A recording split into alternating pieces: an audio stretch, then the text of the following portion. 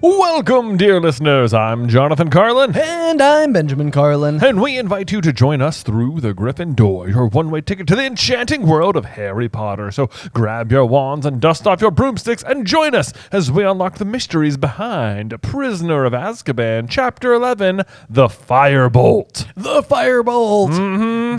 This one has chapter art that it's kind of fascinating because it like predates the prop creation of like anything. Yes. Of like the Nimbus or anything. Right, exactly. So like the broomstick as depicted in the chapter art looks very similar to like your classic like household broomstick. Yes, like floor sweeping broomstick. Yes, which is kind of hilarious. Like it almost makes me wonder if this is how even like I can't even remember at this point in time if this is how I used to think the broomsticks look. I know. I'm like, is this what I thought broomsticks looked like, or was it always more that like circular shape to the back of it? I think of those. I think of like when you walk into like a grocery or craft store around the holidays, and they're selling those like cinnamon, like those like cinnamon brooms. Yeah. I feel like that is more the model that they went with, and I do think that looks way cooler, way more whimsical. Right. This almost like it's like hard to imagine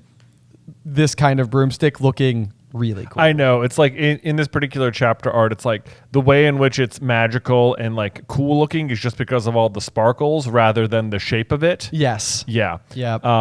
But I will say that you'll notice that this broomstick, the Firebolt, the first canon depiction of the Firebolt, does not have footrests. Yeah.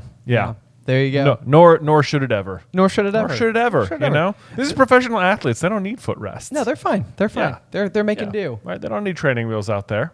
It's ridiculous. I know that one does bother you a lot. It does bother, especially because the Nimbus did not have the training wheels, you know, like in the movie, because it's a movie thing. Right. That's where the footrests come in, is in the movies. And like to suggest that this higher performance broom needed it when the Nimbus did not. Exactly. It's like, oh, no. This is like a less good broom wouldn't have these. And it's like, no, you've gotten it completely backwards. Not only that, the way the Firebolt looks in the movie, like the Nimbus just looks cooler and faster in every single way. It definitely does. Yes. They're like the Firebolt definitely is depicted in a rather like, this is like the off-road version. You know, it's the four-wheel drive. Right. Great for all terrain. It's like they took the idea of like driving in a convertible and how it like blows out your hair, and they're like, yeah, but like what if that, but like that's how the back of the broom looked. Right.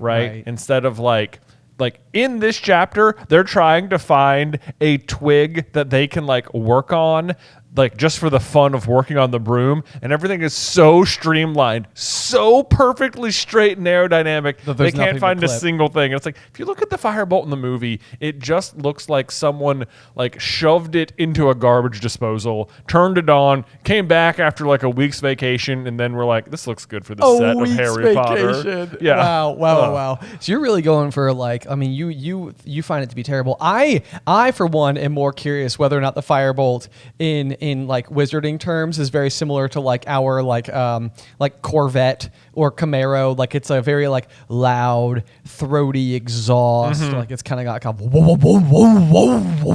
To me, this is more like an F1 car or something. Oh, but it even starts with F. It does. You know, it's supposed to be like that. The Firebolt, which is crazy because like it seems like when Harry gets the Nimbus, that's already the best broom. Right. You know? Do you not feel like this chapter and maybe even the earlier description of the Firebolt doesn't almost lessen the overall status of the Nimbus? Like it makes it seem like more top tier recreational versus like it was, because it seems like they refer to this one as like an international standard, which is almost like, okay, so like when they're using it for the Quidditch World Cup, like that makes sense. Yeah. This is an international standard broom, but it's like, what was the Nimbus? Was anybody competing on the Nimbus, or was it just like the best of like consumer grade. Right. It's like before this, it was like everyone at the school was kind of like hanging out and playing with their iPhones, and then someone bought Harry like a prosumer camera, and it was like, whoa, that is so much better than iPhones, like in terms of taking pictures. And then like this time they were like, God, we love Harry's camera is amazing. He's never lost a photo contest with it. But like, have you seen the red down there? Like it's $80,000. Yeah, that's like what they shoot like real movies. Yeah, that's what they shoot like real movies on, where it's like this is as much as like more than Cars. This camera is. Yes. And it's like that's what it feels like the Firebolt is. It's like. Why are you even comparing it to that like digital camera you were carrying around in your pocket, Right, like, that's ridiculous. Yes. It's not in the same league. Like they think they even say like that it costs more than all the Slytherin's brooms combined. And bear in mind, they're all riding the Nimbus 2001s. Which was apparently, as of last year, the latest and greatest in broomstick tech. In Nimbus technology. Yeah, exactly. Yeah. So this is apparently like even more than like Lucius Malfoy is willing to dish out. Right, and it's just for one. Just for one, it's almost surprising Draco doesn't get one after this. That would even seem like such a Lucius move to give the whole Slytherin team 2001s, then like Draco gets a Firebolt. Yeah. Keep them in contention, Right, because it feels outright unfair for Harry to have this broom. It does. It is to the rest of the definition of OP. Yeah. However, I love whenever Harry gets cool new gifts. Oh, it's me like too. Christmas. The way in which it's described in every book, the pile of parcels at the foot of the bed, I'm just like, yes. I love everything about it. Yep. So without any further ado, shall we dive on in? Let's just dive on in here. So we've got our chapter art, which of course I love because it doesn't have footrests. But then we have Harry didn't have a very clear idea how he managed to get back into the Honeyduke cellar through the tunnel into the castle once more. And this is like this sentence is very much just like, Norbert. Oh yes, Norbert. It's exactly like they never remembered how they got from Hagrid's hut to the top of the astronomy tower. And it's like, yeah, because that would have been impossible. It's like, oh yeah, I didn't want to think of a way Harry broke into Honeyduke's. Getting out from behind the counter is one thing. Getting back in, that's a little trickier. Also, yeah, let's not forget the fact that like apparently the description of how long it took for him to get through it was like hours. Or something. This is a long ways away, but underground. Harry doesn't have a clear idea. He was just too muddled with all the information that he has just learned. And so somehow, some way, he made it back. Who knows? Who knows how we got there? Yeah. Why had nobody? But then he does start. I think he has a pretty reasonable reaction where he's just like, "How could nobody ever tell me this ever? Not even Dumbledore." Right.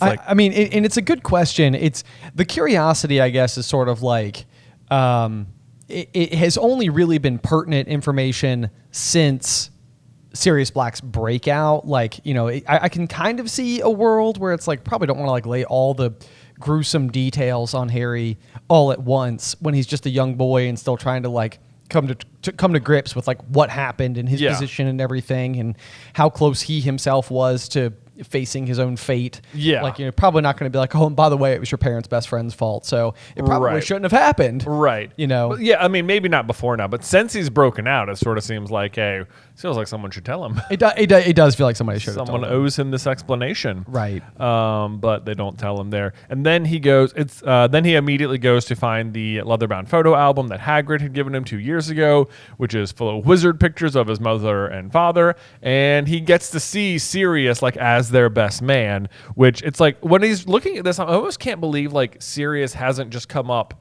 in any conversation at all. Like even just outside of like the betrayal. I guess maybe that's why no one's brought him up. It's not like, oh yeah, like this was your parents' best friend or something, because it's like everyone believes he just betrayed them, and that's like what they're not telling him about it. I know. I mean, it would peg you awfully close to what is believed to be like a mass murderer, which, I mean, it just doesn't feel like very comforting information. Yeah. The thing that surprises me the most is that as much as Sirius does look drastically different, which is specifically stated here in the book, it's like this was before he was, waxy and his face wasn't sunken, and he was handsome and full of laughter. But like this is a book that I presume it has like a limited number of images, especially for someone who has never gotten interaction with his family. It's a very, very thoughtful gift on behalf of Hagrid, but It's almost surprising to me that we haven't been given this like small ounce of like something about Sirius seemed familiar. Like, yeah. Because almost certainly he is amongst a very small group of people who would be featured in the photos alongside the Potters. And I can only imagine that Harry has spent countless evenings at the Dursleys with nothing else to do at night, just looking at the photos of his family. I know, like he must have looked at these pictures so much. I can't believe they're not labeled. I know, either. Yeah, you know? That's a good point as well. Kind of it's like surprising. Like, James, Lily, and Sirius. Yeah, James, Lily, and Sirius. Okay, here's a question for you. Who do you think Lily's maid of honor was? Certainly not Petunia. No, certainly not Petunia. Was she even invited? I doubt it. Doubt it? I doubt it. I think she was invited. I don't think she came. So? I mean, probably. It would seem like Lily to at least extend the invitation. Yeah. I bet she was invited and didn't attend. That's what I bet too. Yeah. However, I suppose, you'd have to look into the Order of the Phoenix. So, like, you'd have Alice Longbottom as a potential candidate. No, don't say it. No, it's terrible. That would be tough. Alice Longbottom. Yeah, you don't know many female members of the Order. There's a Bones in there. Amelia Bones. Right. Who else do we have? I feel like there's at least one other. Bathilda Bagshot. Mrs. Fig. No way. Yeah. No way Mrs. Fig was the maid of honor. Hey, they potentially bought a cat from her. That's true. Yeah, or maybe the cat was a wedding gift. Yeah. Take this cat. That'd be hilarious. Yeah, that's a good one. Oh man, yeah. I wonder who the maid of honor was. I have never thought about that before. I know, it's a strange one. Yeah, we don't get nearly enough about that. About like what Lily's other friendships must have been like, because she seemed universally beloved. Yeah, right. Like she must have had very close female friends. You'd think. Yeah. Oh yeah, for sure. Right. For sure. Yeah. Okay. Or maybe it was just Lupin. Maybe it was just it. Yeah, it's just like Lupin's over there. He's the maid of honor. It's hilarious. My other best friend. My other best friend. Yeah, right? That can happen. Right? Yeah. Man, I'm gonna think about that. I know that's a deep. Look into some other Order of the Phoenix pictures. Right. Something to think about. That's a good one. Yeah. Okay. So what else do we have here though? The other big piece of information that I think is sort of like really seems to radiate through this chapter, and a little bit kind of due to the photos that he's looking at, but Sirius is described back in the photo as being handsome and full of laughter, and then basically he's taken to Azkaban for all this time, but the Dementors don't affect him. Yes. And I think that this is probably something that especially if you're a Harry who is being so terribly affected and thinking so low of Sirius himself, that this must be so frustrating. To think that the air quotes punishment that Sirius is supposed to be enduring is not actually that big of a punishment, because for whatever reason, how terrible is he as a person? Maybe that's also what it's suggesting, that somehow the worst creatures on Earth can't even have a way to break into him. Oh, I know. This is also, it's very clever writing in terms of what it makes you, the reader, think about Sirius Black. Yes. Because to you, it's wow, every time you've seen the Dementor show up, they've just been these terrible force that just invades your mind, and it's but everything you keep hearing about Sirius is that he's this super powerful dark wizard. So it's man, he must be so powerful as to even just naturally resist the Dementors. And partly that's true. It's just not because he's a dark wizard, and it's funny that the actual reason they don't affect him is because he knows he's innocent. Yeah, is eventually what he said. What he guesses is the reason. Right. So it's kind of funny. It's very much Dumbledore's love is the most powerful thing kind of thing. It's Sirius is overwhelming knowledge that he is innocent, and that he loved Lily and James is what keeps the Dementors from harming him. I think it's that, and then would you not also suggest the possibility that a lot of what the Dementors do is they almost feed on your happiness and leave you with nothing but despair. Yeah. And then because Sirius is so devastated at the loss of his two best friends, that's interesting. He's unable to experience he has no happiness to feed on. He has no happiness to feed on. Yeah. Which brings me to this next line here, actually, which is just said Harry's just pointed out, the Dementors don't affect him. Yeah, he doesn't have to hear my mom screaming if they get too close. And the thing that really sucks about this line is that I can't think of anything that would crush Sirius more if he did hear he did hear it, because it's Sirius loved these people. It's like that would be the absolute torture. Absolutely. For him to have to experience. Yeah.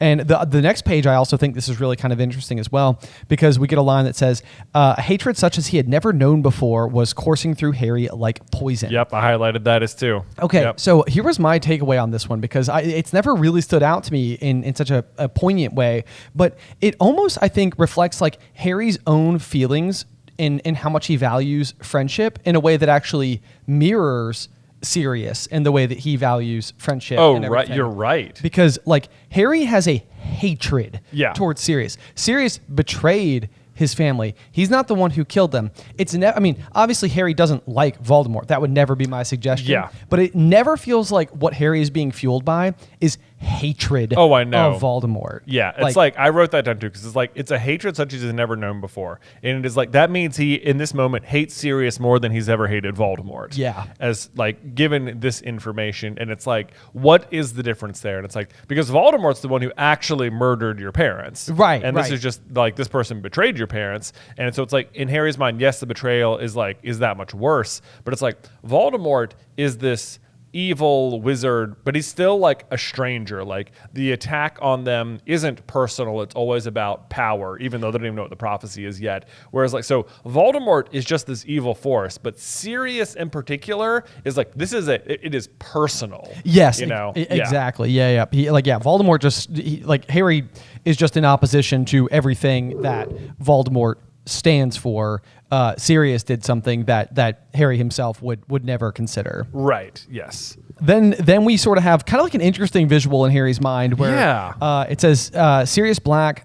He's picturing Sirius Black blasting Peter Pettigrew, who resembled Neville Longbottom. Right, like in his like the way he's imagining it. Yes, yeah.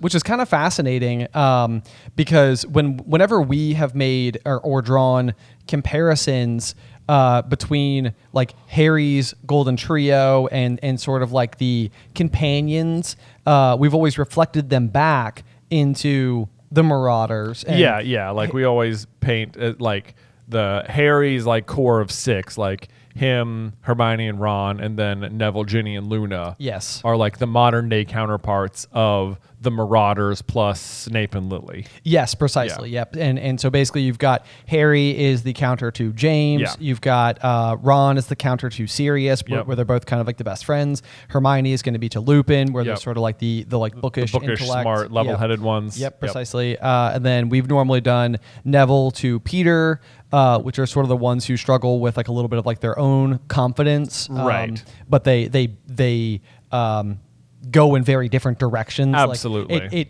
like angers me sometimes to compare someone as pure and good as Neville to someone like Peter. Oh, I know. But it's supposed to be like, this is the difference between the two. Right. It's like, as bad as Wormtail is, Neville is that great. Right. Yeah. Yes, exactly. Yeah. And that's also part of our argument is that all of these characters excel where each of their original counterparts didn't. So like Harry has all the reason in the world to be arrogant and cocky because he's very important. He's very talented. He's the star of the Quidditch team, and yet he's very humble and down to earth, unlike James, who did sort of have, that hot head. Ron and Sirius both are kind of best friends. Like, it's a little bit stranger to have like a very, very clear version of that. But then you have they do sort of mean that, because you have like Sirius, who is part of like an all Slytherin family and wants like to get out, but they're like the pureblood best friend, and then Ron, who's like a member of a pureblood family, and they're all just like on the same page as him, as opposed to Sirius, where his family's not on the same page as him. Right, yeah. So like Sirius is kind of like rejecting his family, while Ron is kind of like growing into his. But that's a little really more to do with their family than with each other. Yeah, I guess. I think that the parallels between the two is just very clear either way. They are the paramount best friend. Yeah. Hermione struggles with the mudblood nature, similar to Lupin's struggling with being a werewolf. Right, but Lupin is horribly ashamed of his like affliction. Of his affliction, whereas Hermione is just like very proud of her own other status, as it were. Exactly. And then Peter, who is defined by basically his fear, is countered by Neville, who ultimately is defined by his bravery. Yep. And then the next two are, of course, you've got like Ginny and Lily, where there really aren't any flaws to Lily. She's sort of a just great human being, and Ginny also is a great human being. So that one doesn't really need to be as much growth related. And then finally, you've always got Luna and Snape. I know that was always the fun one. That's the thumbnail for the video. Like, why Luna is Snape? And you're like, wait, what? Yeah, it's like I can't think of two characters who are less similar than Luna and Snape. Yes. But they both represent this sort of like outcast nature, and they're both not like mistreated. I think is probably mistreated is right. Yeah, for sure. But again, I think similar to Hermione and Lupin, it's like a situation where Luna does not let sort of her oddities, like she allows them to be what makes her great. Like her, eccentric. It's like Snape is perpetually defined by how other people treated him in the past. Yes. And Luna is like defined by how she treats other people. Yeah. Oh, that was so well said. Oh, thank you. I love that. Thank you. It makes my heart like full. I know. It's like, Luna. I know. No, we haven't gotten to her yet. I know. Yeah. I know. What good people. I know. Anyway, so we got a little tangenty there. Anyway, so we can continue. Yeah. But that one line, I was reading that, and I was like, this basically just confirms that entire thing. Yeah, like that is exactly. That's exactly the parallels we're going for here. Yes. That Peter Pettigrew resembled Neville Longbottom. And it just makes you think, like, could you even imagine? I mean, it's like, can you imagine Ron betraying Harry? And it's like, he does walk out at Deathly Hallows, but yeah, he does. Yeah. He does. But it's also that's like because of Voldemort, Right. Yeah. He's being very, very overtaken by the Horcrux and everything else going on. Yeah. Let's see here then. Then there's sort of like an interesting little thing as well where Harry is almost imagining what Sirius must have said to Voldemort when he had succeeded in his mission in foiling the Potters, where he's basically imagining him saying, "It has happened, my lord. The Potters have come to me, have made me their secret keeper." And then, I know, and I'm like, okay, so yeah, I highlighted this too because I'm like, is he just imagining this is what's happening, or is he like genuinely like seeing it or something? I had a very similar thought because it's not. I don't think it's especially clear what's happening here. I mean, I think let's see here. He seems to be having like a rather vivid imagination. The phrasing starts with, he could see Black laughing at him through the darkness, as though somebody had pasted the picture from the album over his eyes. Like, it almost does seem like he could be in a little bit of a trance during this situation. Like, yeah, I almost wonder if what's happening a tad bit here is that he is tapping into like the darkness because he's got anger that's fueling him at this moment. I almost wonder if this is like the Horcrux actually delivering him. I know. It's like, is he seeing one of Voldemort's memories? I think I kind of think he is. I think maybe he is. Yeah. I think maybe he is tapped into, because it would not surprise me in the slightest if this is exactly how Peter made this exchange. I know. I'm like, I feel like I was reading this and I'm like, I always remember these words. "It has happened, my lord. The Potters have made me their secret keeper." And I'm like, are those the actual words that it said, or am I just remembering this exact paragraph? You know what? I'm gonna place this in the column of headcanon. I just think he is witnessing unknowingly Voldemort's memory. Yeah, he's just sort of, it's like I think his like imagination is almost like melding with Voldemort's memory. Well, it makes sense because he's being, like I just said, he's being fueled in this, in a very unusual way for Harry, which is what made this paragraph stand out to me. Yeah. It's just that it leads with hatred. Like, Harry is not someone who lets hatred fuel him. It doesn't drive him. He doesn't fall victim to it. Like, it's like he could punch Malfoy in the face. He could curse Malfoy. Like, he probably could and should be at times like rising to the bait more than he does, but Harry is good innately. Well, and what's interesting I like about this chapter is we're gonna like kind of progress down to like Hagrid's here in a second, is that like Harry is so fueled by hatred like in this moment, but like, and even when he goes to Hagrid's later, it's like it's because he wants to yell at him. He wants to be like, "Why didn't you tell me? Why didn't you tell me the truth about Sirius Black," or whatever. And it's like, but like his friends are the ones who like draw him out of it. Yeah. And then he's just like, "Oh, I guess I can't really be that mad if I have to go help Hagrid." Right. It's like, yes, that is very Harry. Yeah, because he's placing friendship higher, and even going back to this memory where it has happened, my lord. The Potters have made me their secret keeper, and then came another laughing another voice laughing shrilly, the same laugh that Harry had heard inside of his head whenever the Dementors drew near. Yeah. It's like in this moment, if Harry's witnessing Voldemort's actual memory, it makes sense because Voldemort is like laughing shrilly at the idea that the Potters were so foolish as to trust someone in friendship. Yeah. And yet it's like this goes to show that they are not the same, that they are right. the exact opposites of one another. That Voldemort laughs at the idea of friendship, where Harry is literally pulled out of darkness by friendship. Yeah. So yeah, I like the way that this chapter sets that up. Yes, definitely. Very nicely. That's really good. But so Harry has a very bad night of sleep after this, as you might expect. Sleeps almost till noon. Almost till lunch. I know. Almost till lunch. Oh, wow. Yeah. Wakes up and he doesn't even remember when he goes down to breakfast. I love this. He's like, "Where is everybody?" Like he doesn't even realize it's break, meaning that when he wakes up at noon and walks down, he is not concerned at all that he has missed any classes. Oh, right. Yes. He's just like, no, don't even care. Wasn't going anyway. Right. Yep, or maybe he's still aware it's the weekend and not the break. I don't know. To me, it's like he's so distracted by this that he has just completely forgotten that it's break or the weekend or anything. And he's just like, yep, doesn't matter. Doesn't matter. Yeah. Yep. I have other bigger problems. The foot. Yeah. And then Hermione, it's day one of break and Hermione has spread her homework over 3 tables. Yes. Just like, oh my gosh, day one and already hard at work, which part of me is like Hermione, just enjoy yourself. But another part of me is like, good for you, Hermione. Just like get all that work out of the way on day one while you're still in school mode, and then the rest of the break you'll be fine. To enjoy yourself. Yeah, to enjoy yourself, which is never the approach I had when I got to break at school, and the approach I always wish I had. Oh, every single time. Yeah. It's like I should have just gotten out on that Friday, gone and done all my homework, and then I would have been great. But instead, it was like I would just go and spend the rest of the break dreading the night that I was going to have to like crack open all my books and do it. Yeah. Yep. 100%. Just go home and do it all. Like, trust me, it's better because you're also still in like school mode. You know, you haven't lost because otherwise you have to pick it up. You've forgotten everything. You're like, oh yeah, right. Although let me tell you this though as well. Teachers who assign homework over winter break. How dare you? Also, don't do that. Don't do that. Don't do that. Don't do that. That's so rude. I know. It's the worst.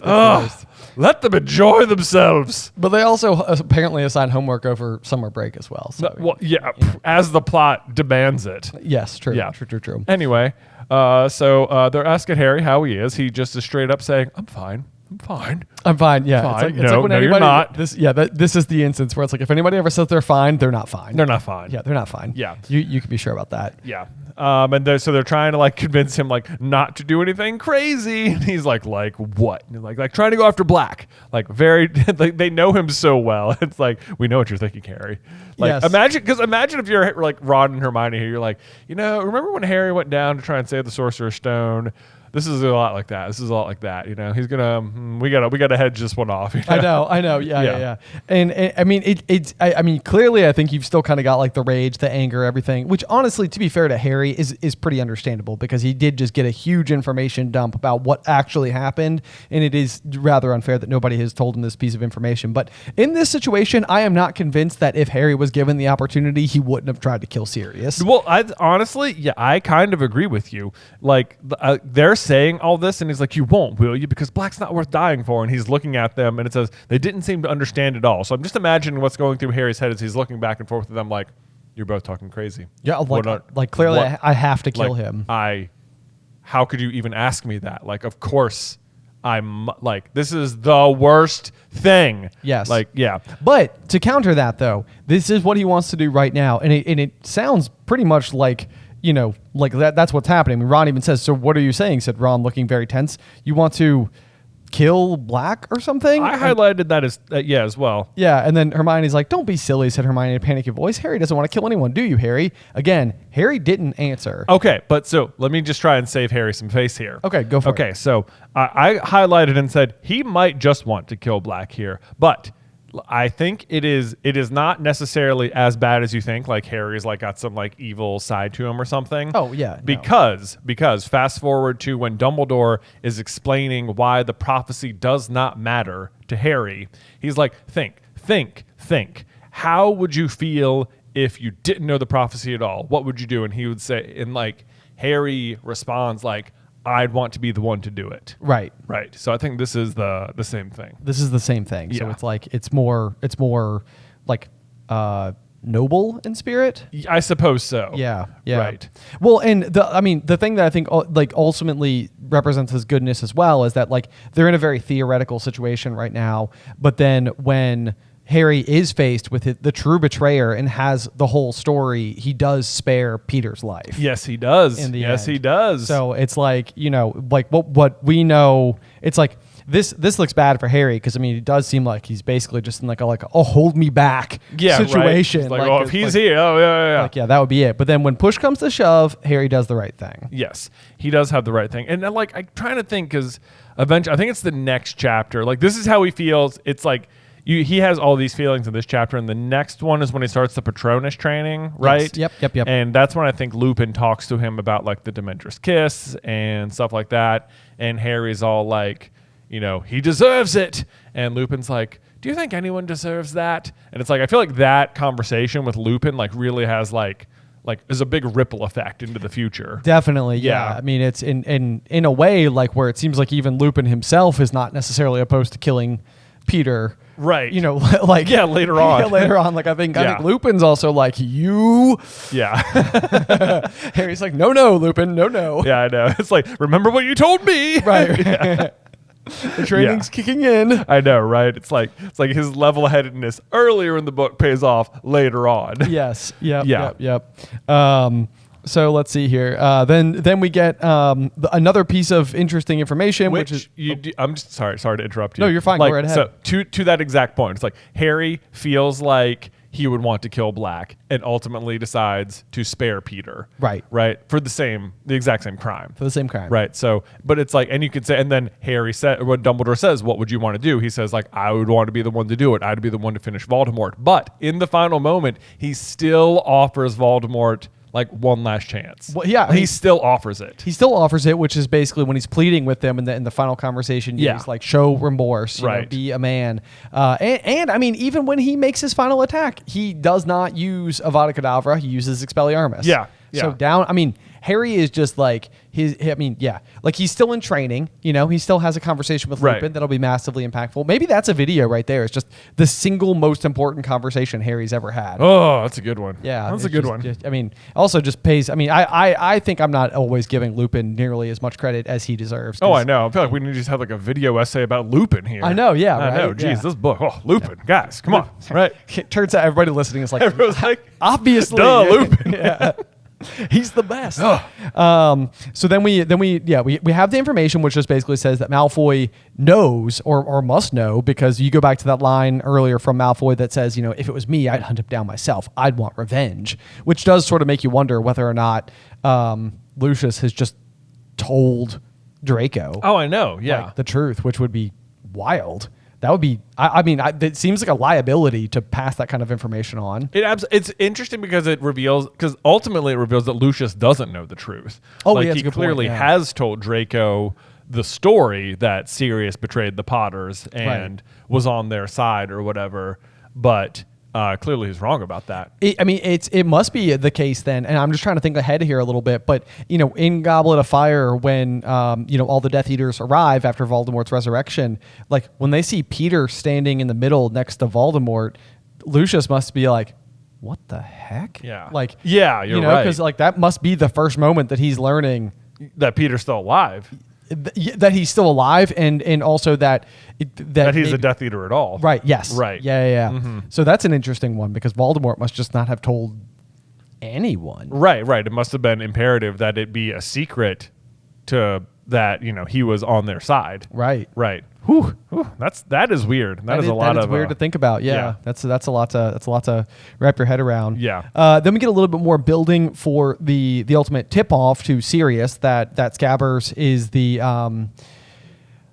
in fact Peter Pettigrew in disguise, because we get, they're talking a little bit about like just how dangerous Sirius Black is, and Ron says basically, Dad told me the thing that Pettigrew's mother got back after Black finished him off was the Order of Merlin first class and Pettigrew's finger in a box. Right. That was the biggest bit they could find of him. Right. And this is, if you remember in the last book where it was like Tom Marvolo Riddle's full name was never written together. Yes. Like until the end. Like, because if you see it all, your brain might just like de-scramble the word Voldemort out of it or something. Right. But it's like those three words are never together until there. And this is another great situation where like the information that like Scabbers is missing a toe, that Peter is missing a finger, and that like it's like it's very spaced out. It's breadcrumbs. Yeah, it's like breadcrumbs. It's Yep. like they're not putting that information near each other at all. Which, I think is kind of like a masterclass too, because like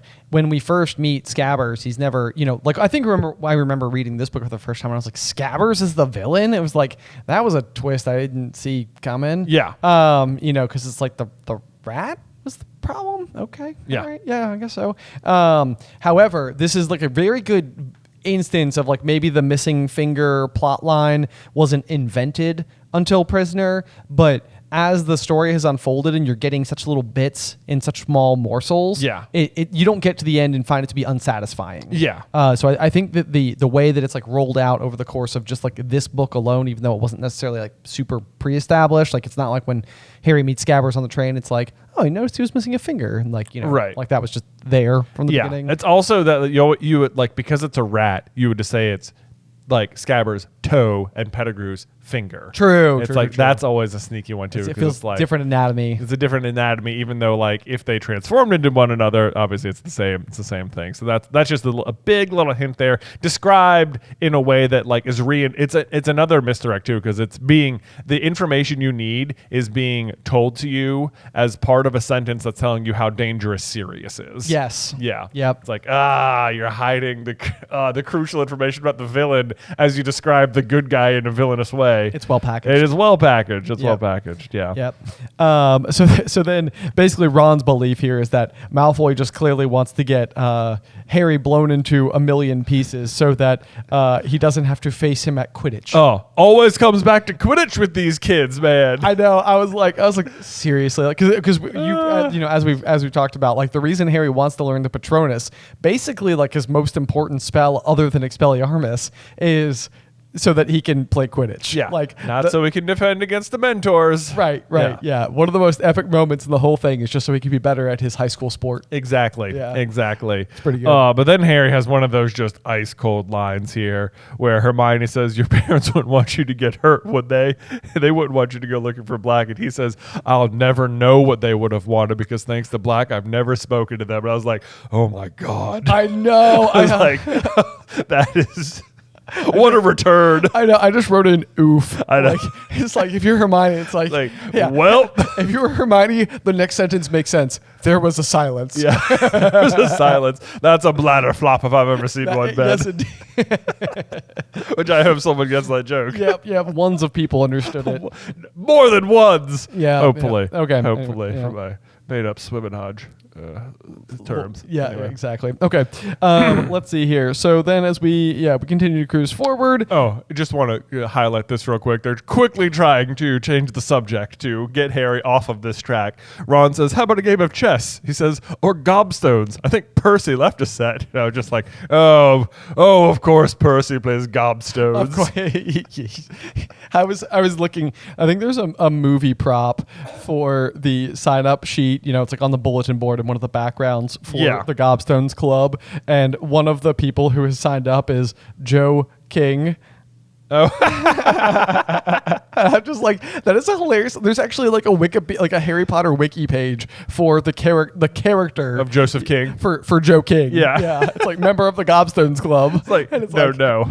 The joke is that the Gobstones Club must not be very cool. It's a joke. It's a Fred and George. Fred and George 1,000,000% wrote Joe King. They absolutely did. Yeah. And that's like one where I was like, no, that was Fred and George. That was Fred and George. That's a 1,000,000%. It could be no one else. That is exactly what happened. Yes. And the people on the Wikipedia page need to update it now. Yep, exactly. Or someone else. Yeah. But yeah, so anyway, they basically are just trying to suggest that we go down to see Hagrid because we haven't seen him in ages. And Harry's like, yeah, I can ask him how come he never mentioned Black when he told me about my parents. Harry's like, you have not changed the subject at all. I am still angry. You're right. I can go be angry at Hagrid too. It's almost, Hagrid, when you think about it, it's like, maybe Hagrid wasn't a great call because you two were there as well. And you know that Hagrid was part of the conversation where Harry overheard this. Yeah. So come on, on, guys. Come on. Yep. What do you think he was going to do? It's true. It's like, come on. Yeah, who is he mad at? Yeah. But so they do decide to go down to Hagrid's hut. And there is just a nice little piece of like world building, which is another one of those that just makes me want to go to Hogwarts so badly. It says, the Forbidden Forest looked as though it had been enchanted. Each tree smattered with silver. Smattered, if you will. And Hagrid's cabin looked like an iced cake. Oh, I know. I'm like... That sounds awesome. And I wrote, just lovely. Just lovely. It's just lovely. Yep. So I love that. Ron knocks. There's no answer. They're not really sure what's going on until they hear some moans coming from inside. Which is, it's always like, oh gosh, what's going on here? What's Hagrid weeping about in there? Yep. Hagrid comes to the door. He's got tears splashing down the front of his leather vest, which I love the words together, tears splashing. Right. Because it's like normally tears are so small. They don't splash. You wouldn't think of them as splashing. Yeah. Maybe like dripping or something. Yeah, dripping. But splashing? But splashing. It's like, how big are these things? Big tears. We talking like ounces?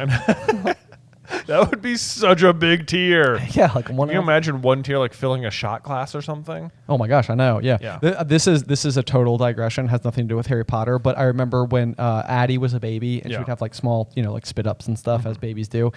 You'd often worry that it meant that they had just like lost half of their meal. And then we found a very useful like TikTok or Instagram reel that was somebody saying, fill up a tablespoon and like splash it on your shirt and see how wet it makes your shirt. Yeah. And they're like, that's how much they lost. It was a tablespoon. If that. Yeah. So it's like, it always looks like a lot, but it's not as much as you would think. Unbelievable how far a little bit of liquid can go. Exactly. Yeah. Exactly. I know that wasn't related, and probably people are like, oh, that was way too much information. But anyway, we are where we are, so we're going to continue. There we go. Let's see. So then we discover why Hagrid is so upset, and there is a letter that seems like it's going to start off reasonably well from the Ministry, and then kind of takes a turn for the lesser. It's not actually from the Ministry. Oh, is it not? It is not. It is from the school governors. You're correct. It is from the school governors. You're right. Yeah. But it, of course, has to do with Buckbeak the Hippogriff. It does. And it's like this whole plot line is just kind of silly to me. I mean, it's all setting up the Time Turner and Sirius's escape on Buckbeak later on. And right. That's all very cool. So, I'm so willing to let it slide. But it's just like, we've accepted the assurances of Professor Dumbledore that you bear no responsibility for the regrettable incident. And it's just like, it is unbelievable to me that Dumbledore can't set this right. Because clearly he has tried to. Yes. And it's there's like, it feels wild to me that he is not successful in this endeavor. It does make me just like an ounce happy, though, that Dumbledore had a conversation somewhere that was discrediting Draco's complaint. Yes. Because he's just like, no, this is not what happened. Yeah. And of course, at this point in time, it's also nice to know that Dumbledore still has so much sway, because it feels like basically starting, Order of Phoenix page 1 through the end of the series, it's like everybody seems to have completely, abandoned that particular reliability, I guess, factor. But so then obviously as we continue on down the letter, what we discover is that they have decided to uphold the official complaint from Lucius Malfoy to the Committee of Disposal of Dangerous Creatures, and basically there's going to be a hearing to determine whether or not the Hippogriff is going to need to be put to death. Yes, and then that's when it says that they're yours in fellowship, and they're followed a list of the school governors. There you go. Okay, you're right. Yep, okay, so what is absolutely Fruit Loops about this Fruit Loops. Yeah. That's what's happening here.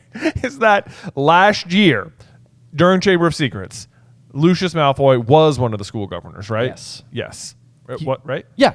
He was one of the school governors. He is no longer one of them because he threatened and blackmailed all of them into getting Dumbledore suspended from the school while the attacks were happening. Right? And then the moment that Ginny Weasley's taken down, they decide, no, you know what? Dumbledore needs to come back. Yeah. And then he loses his position as a school governor because of all the blackmail. But now, 1 year later, not even a full year later this same year, all these same governors are like, we should probably take Malfoy seriously here. Like, it's must be rough being expelled by us. I guess we could throw him a bone and send this hippogriff to its death. I know. Like, well, it's difficult because it's like what he was doing last year is like threatening their families. Like it is like blackmail. It's like, if you do not follow in line with me, like I will hurt you. Yeah. And this time it seems like, there's a line, and to be fair, Hagrid is making more reference to the people on this particular committee of the disposal of dangerous creatures, but he says they're all in Lucius Malfoy's pocket. So maybe last year was blackmail and this year is more bribery. Well, but he's saying the committee at the ministry. Yes, I agree. But I mean, I would say that he's not only bribing the committee at the ministry, he would also be bribing. Yeah. So the governors are like, last year blackmail, this year bribery. Yeah. This year, instead of threats, he's like lining their pockets, you think? Precisely, yeah. Which is maybe like they're like, all right, we can be receptive to that. All right, you know what? Thanks. Sorry about that last year. Here's a couple of galleons. Also, that hippogriff attacked my son, nearly killed him. Probably want to get rid of that, eh? What's really ridiculous about this, though, is that like all they're really trying to do, it's like, are they mad at the hippogriff because the hippogriff is a way to hurt Hagrid, who is somebody that like Harry cares about? Like, it's like, I can't even figure out why like Lucius would be like, all right, Draco, how much gold is it going to cost me to kill this hippogriff? Oh, I know. It's like, well, I think he probably is trying to get Hagrid fired, and like Dumbledore is able to stave that off, and like the hippogriff's like catching a bullet here. Oh, yeah. Yeah, that's probably true. This is a little bit what seems like's happening, I guess. But like, you're right. It's just like the whole, like, we're going to kill the hippogriff thing. It's just like, does no one else know anything about hippogriffs and like magical healing? Like, certainly they must have taken care of magical creatures themselves. Yes. Like, they still would have learned about hippogriffs. You're right. I think that this whole plot line is basically, this is maybe like the less well-crafted narrative. Yeah. Compared to like all the setup for like Peter Pettigrew and Wormtail and Scabbers and stuff like that. Because it really is all massive setup for how the hippogriff escape with Sirius can later take place. But speaking of Buckbeak, while we're on that particular note, one of the things that I also find to be completely shocking and interesting is that while they're standing here talking to Hagrid about this particular situation, they hear a sudden sound from the corner to discover that Buckbeak the hippogriff himself is just in the corner of Hagrid's cabin. Right. And I'm like, is Hagrid's cabin like deceptively like huge? Like I know it's big. Like it's big enough to accommodate Hagrid. Yeah. And he has like, an oversized chair and like an oversized like large bed and but it's always described as like one room. Yes, right, yeah. So it seems like he's like kind of like living in like a yurt made of wood. But like the idea that like a half horse eagle could be just like hanging out, chilling in your house. Yeah, it's like, I certainly couldn't fit a horse in my house. Oh, I bet it could fit.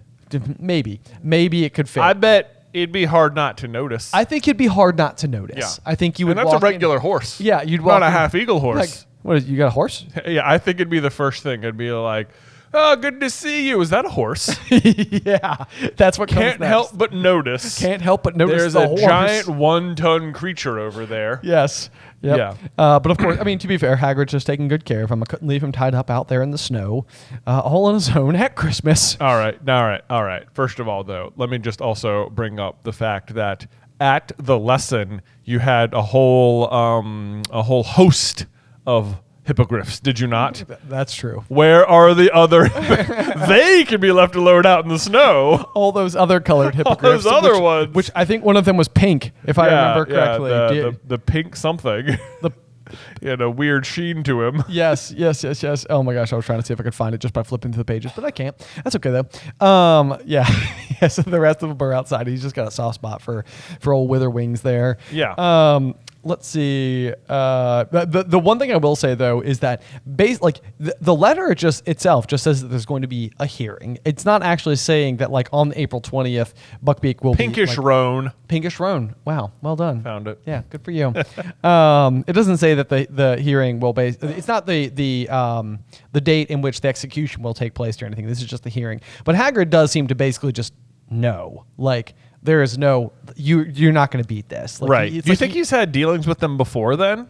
I don't know. I mean, he does say the line, they've got it in for interesting creatures, which almost makes you wonder whether or not he has had dealings with them before. Well, you would think. I mean, this is what's sort of weird is that like almost certainly he would have had dealings with them for Aragog, right? When Myrtle was murdered.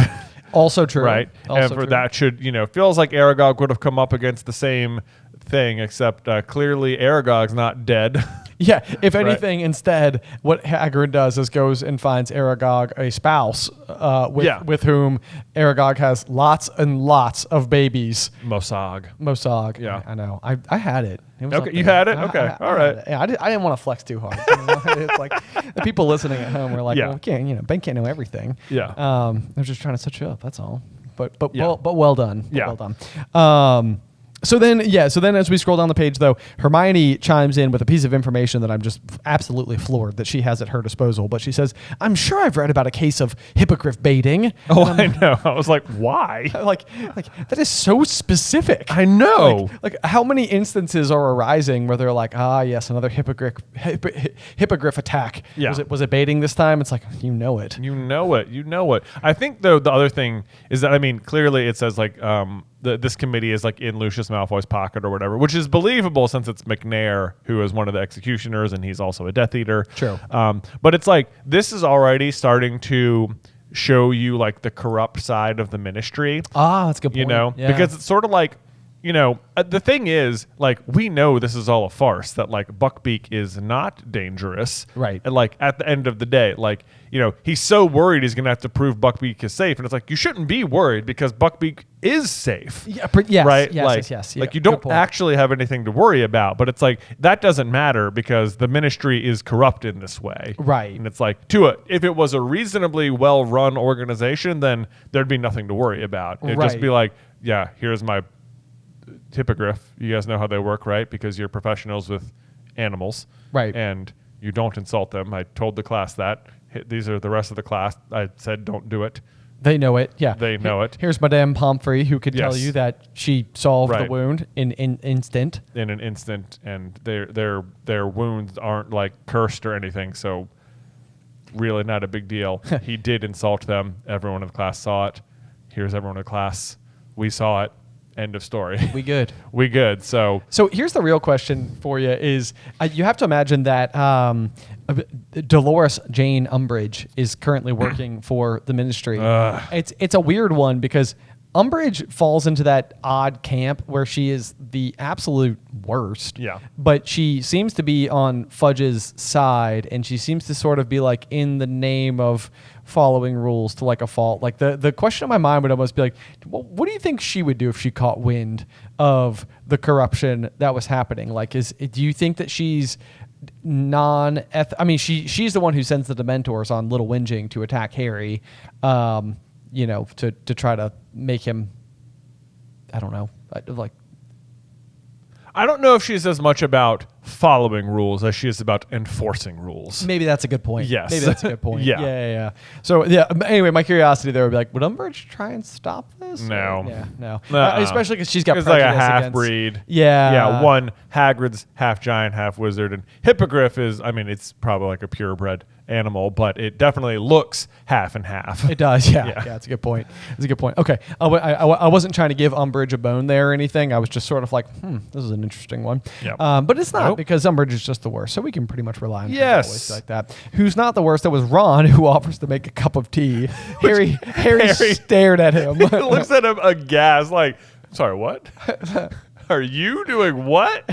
Harry's reaction there made me laugh. I know. Yep. Yeah. It's what my mom does whenever someone's upset, said Ron. But it actually seems to end up working. They make some tea. They have it together. Hagrid seems to be pulling himself together just a little bit. He starts to sort of explain some of the difficulties he's been going through. He's just been worried about Buckbeak and nobody's liking his classes. And yeah, Hermione's like, we do like them. And then Ron goes, yeah, they're great. And includes a line that said Ron crossing his fingers under the table. And I'm like, okay, like this is the most like the characters in this book are 13 years old I've ever heard. Oh, I know. If anything, I think it's probably even younger than that. It's like, I can't imagine Ron being like, yeah, no, we love it. Like, I know. Like, hold on, let me just cross my fingers because telling you a gentle white lie to make you feel better would be unacceptable. Yeah. I'm allowed to do it if I do this. I love the lie too with Hermione. It says, we do like them, but lied Hermione at once. Immediately. I had it on lock. Just right away. We love them. So if anything, Ron's at least like medium grade more ethical in this particular singular moment. Medium grade. I would say, just they're right there at the same. Ron also then asks about the flobber worms, which just, first of all, are you telling me that you on day 1, on September 2nd, you taught about hippogriffs, and from September 3rd until Christmas, you've only been teaching about flobber worms? to which was so ineffective that they are now dead because they've been overfed lettuce. Like, Hagrid, your bigger concern needs to be that you're doing a bad job educating the students. Yes. Not that, like, because you know what? The hippogriff thing, that's like a mistake, not even on your part, but like the real mistake here in your lessons wasn't doing hippogriffs first. It is doing nothing but flobber worms since then. Yeah. It's like you needed to prove that you were like a good teacher in the meantime. Yeah. And I can't necessarily, as much as I love you, I don't think I can back you on this particular one. Yeah. Let's see here. He then does tell the trio a little bit about his time back in Azkaban, which is kind of like one of those details that has never before come up.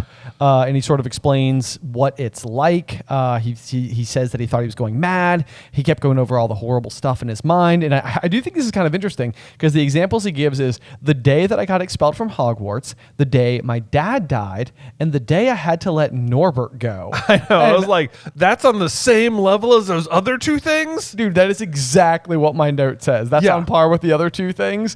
It's like, man, okay. So like, if you can imagine that's how upset he was about just, Norbert didn't have to die. Norbert got to go and live with other dragons and trained dragon trainers. Like he was going to a good environment where he could thrive. You could still go see him. Yeah, exactly. Her. Yeah, Norberta. But it's like you could only imagine how painful it would be for him. Like at this point, if Buckbeak does die, it tops this list. Yeah, I mean, I guess that's true. You know, like it would be like he'd be like, there was the day Buckbeak died, and then I don't know, I got kicked out of Hogwarts, and my dad died, and had to let Norbert go. It's like, none of these are funny. I shouldn't be laughing, but like it's interesting to me that one stacks up in the list of worst things that have happened to him. Yeah. Like he's just sitting there in Azkaban thinking about letting his dragon go. I know. This is one of those little facts. It's like the way it's presented, it almost feels like it's going to be relevant again later, and yet it's really not. You know, it's like his eyes filled with tears. Norbert was the baby dragon Hagrid had once had in a game of cards. Like, there's lots of little facts like that it's like, oh yeah, it feels like I'm just saying it, but actually that'll be important. You know? Like trying to like bring like Norbert back up as like maybe what happens is like Norbert, having known Hagrid's deep love and trust of him, will arrive to save the day and blast McNair into a charred stump of Yeah. Like just refresh the reader about Norbert here, so that later when he comes back, you're like, oh yeah, I didn't forget about Norbert. Harry couldn't believe it. A loud screech roared across the Black Lake. But no, it's just sort of just a quick reminder about Norbert. Just in case you Norbert forgot. never comes back up ever. I think only in Goblet of Fire when he is asking Charlie. Yeah. Other than that, but like it never is part of the story again. That's true. Yeah. You know what would have been great is if Norbert had been the dragon at Gringotts. Oh, that would have been interesting. That would have been. And then, like, just like remembered Harry. Yes. Oh, that would have been interesting. That would have been very full circle. That would have been. Okay, I like that. Okay, if only. But it's definitely not. I think definitely not. Ukrainian Iron Belly. Ukrainian Iron Belly. Yeah. So, not a Norwegian Ridgeback. Darn. Too bad. I don't even know. Okay. So then let's see here. Yeah. So I think really what we're getting from this entire sequence is. You're trying to get a feel for just how miserable it is supposed to be inside of Azkaban. Yeah. Because even Hagrid just says, I used to hope I'd just die in my sleep. And then when they let me out, it was like being born again. Everything came flooding back. It was the best feeling in the world. Mine, the Dementors weren't keen on letting me go. And this sort of goes back to that sentiment, basically like where like they feed, like what's kind of odd about them is for such a dark creature, their food is almost happiness. Yeah. It's like that seems odd. You know what? Okay, you said something earlier, and I feel like this paragraph kind of reinforces it. Okay, go ahead. Because like Sirius later will say that he thinks the reason the Dementors couldn't harm him is because he knew he was innocent. Right. But like this is the same thing. Like Hagrid, when he's there, is innocent. Like he is wrongly there. Yes. Right. But like clearly they still affect him. Oh, it's a good point. Right. That's a very good point. But you're right. It's like Hagrid at least has things to be happy about, whereas Sirius has nothing to be happy about, so they can't affect him anyway. Right. Right. So I think that's a good call on your part earlier. Okay.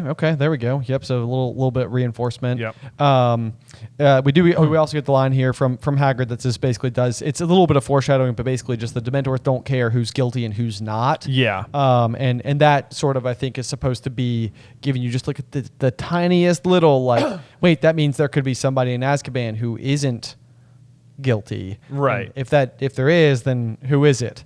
Other than Hagrid, who do we know is in Azkaban? Right, yeah. Like at this point, you really only know one other person. And it was Sirius. Sirius, so that's a little bit of a hint there. Yes. This line also helps explain like why the Dementors would come to the Quidditch match, even though it's just a bunch of innocent people. Yes. Like they just don't care. It's just like we just need to feed off the happiness. Right, exactly. Yeah. They're not feeding on like a crowd of despair. They're feeding on a crowd of joy, of excitement, of recreation, fun. Yeah. Yeah. Getting to go suck all that up. Yes, and then Hagrid runs through all of his like one-liners for why they can't solve the problems in obvious ways. That's so well phrased. Yeah, and I'm scared of breaking the law, like just by letting Buckbeak go, which seems like the most obvious thing, just like gone. And he says, "I'm scared of breaking the law," which is like that's fair given your history, but at the same right, like if Buckbeak escaped wildly, that like proves their point that it was a dangerous beast because it escaped wildly, but also then is free. Yes, right. Exactly. Like it serves both purposes. Like they can't say you did it without saying they're wrong. Also, is it not the case? Like, in the end, Buckbeak does fly away. Yes. And is Buckbeak in any way exonerated? Well, no, Buckbeak's. That's why they have to go by Witherwings. Not that matters, but so like at all. Right. So it's like basically Hagrid's like, well, I can't just let him fly away, and then in the end, he just flies away. Yeah, with a prisoner on his back. I think the only difference is that they know Hagrid didn't let him go because they see Buckbeak go inside. And then he's gone. You're right. You're right. Okay, that's a good point. Okay, I was maybe you're right. That's a good point. Okay, so then let's see here. As we scroll down the page here, though, I found another thing. I don't really know if it's actually like that important, but I think that Harry, Ron, and Hermione are all trying to like read through all the books that they can find to try to build a defense for Buckbeak. And it says the three of them sat in front of the roaring fire, slowly turning pages of the dusty volumes about famous cases of marauding beasts. I saw the word marauding too. And I was like, that's an interesting word choice. Yeah, like right there. Little like because marauding, I think would marauding also, beasts even. Yeah. Oh. Because they're marauding beasts. They're marauding the beasts. Marauders the map. Marauders, yeah.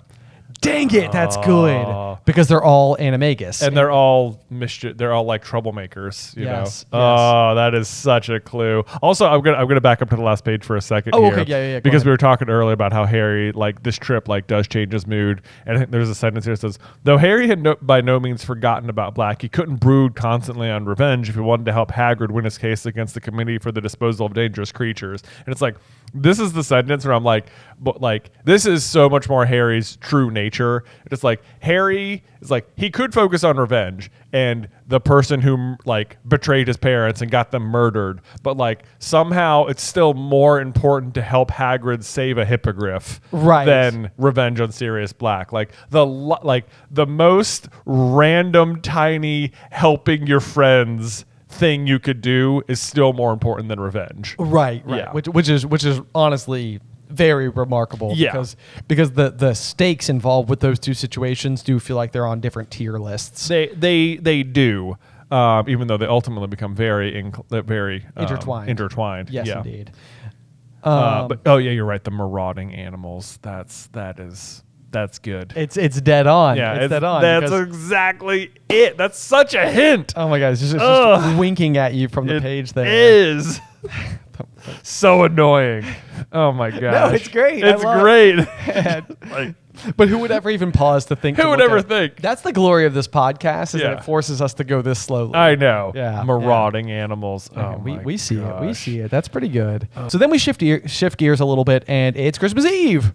Yay! Yay! Which is so exciting. Now we get that moment that I always love in every Harry Potter book, where Ron wakes up and goes, "Oi, presents!" Oi! Which I want to look in every book, because in my mind he says "Oi, presents" in every book. Does he? I don't know if he does, but like in my mind I'm like, I feel like I've seen him say this phrase before. So we'll have to table that. I'm trying to like imagine. Do they even do Christmas in Deathly Hallows? No, maybe not in every book, but at least in 1 through 6. No, because Ron's not with them on Christmas at Deathly Hallows, because they're at Godric's Hollow. True. Yes. Yeah. Probably wherever he was. Yeah, he was like, "Oi, presents." Oh, he's not here. Never mind. Oh, that's sad. They were having a pretty sad day. They were having a pretty sad day. Yeah. Harry's wand was broken and everything. Harry's wand was broken. They're visiting his parents' grave. His holly wand is broken on Christmas. Wow. I know holly is often associated with Christmas because of the red berries and the green leaves and all that. Anyway, so we're off topic. But so we have the small heap of parcels that had appeared at the foot of his bed. Ron is already ripping the paper off of his own presents. He gets another maroon sweater for the 3rd year in a row, Ben. Unbelievable. But in the meantime, Mrs. Weasley maybe went a little more out on Harry's, which is scarlet. Yes. With the Gryffindor lion knitted on the front, which is just one of those. Something knitted on it. I know. Ron's is just a plain maroon sweater. It's almost as if he is being overlooked a little bit. A little bit. You think? Yeah. Poor Ron. But gifts from Mrs. Weasley are the hardest trivia bits to remember. But we also, just for the sake of including it, we have a dozen home-baked mince pies, some Christmas cake, and a box of nut brittle. There you go. Which pretty good haul. I know, and I know that this is the kind of thing that eventually will be on a quiz, and I'll be like, nut brittle? I've never even heard those words. I know. That's not even a real thing. There's no way. Plum cake. Don't know. Yeah, I know, right? So anyway, he finishes opening up those presents, and Ron has some maroon socks as well to go with the suit, his sweater. That's fantastic. Yep. And Harry unwraps the Firebolt. Yes. A magnificent gleaming broomstick rolled out onto his bedspread. Ron dropped his socks. Can you imagine? I know. Your best friend's the chosen one, and you get socks, and he gets a Firebolt. Yeah, what'd you get? Socks. Okay, I'm going to open this one. Oh my God! This is way better than socks. Way better. There's another little piece that kind of lets you believe that the Firebolts are almost like alive-ish, so to speak. Maybe not alive, not like living, breathing creatures, but very, very similar to like the sensation that it seems like they have like when they hold like the right wand, which is like there's almost like a vibration that goes with it. It hangs in midair, unsupported, exactly at the right height to mount it. It's got the registration number at the top, right down to the perfectly smooth, streamlined birch twigs that made up the tail. Smooth, streamlined birch twigs, he said calmly. I was gonna make the same joke. That was so good. I know. This should be like our new one. This should be like the thing that we contribute to the Harry Potter fandom, is that everybody knows the "he said calmly" line. Yeah. Nobody ever seems to dial in on the perfectly smooth, streamlined birch twigs. Nobody. That made up the tail, because there's nothing perfectly smooth about those twigs at all. There's not. Not even one bit. They are scraggly. Actually, the words I specifically wrote was, "Wait, they're not chaotic and scraggly?" I know, right? Do you think if we just made a video that was Jay complains about the Firebolt for 10 minutes, people would watch it? I think so. Yeah. Do you think you got 10 minutes of complaints? I could vent. Yeah. It should, like, I think what bothers me is that when I read the book, Harry getting the Firebolt was like the coolest thing ever. Yeah. And then when I saw the movie, it just ruined it for me. And I'm just like, I want to be in love with the Firebolt, and I can't. Yeah, that's why I have to leave it. And you know what's going to happen? They're going to come out with that Quidditch game later this year, and it's going to have footrests in it. And I hope that there is a broom customization screen where you can decide if you want them or not. Yeah, exactly. That's what would you take a downturn in the stat points for steering if it meant not having the stirrups? Ben, if I will take whatever, I will sacrifice any stats to not have the footrests on there. Okay. Yeah.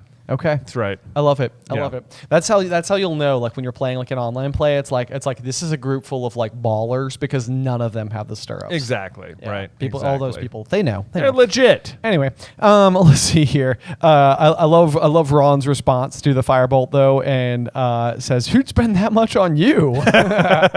Green-eyed monster, much, Ron? I know. How are those socks? Come on.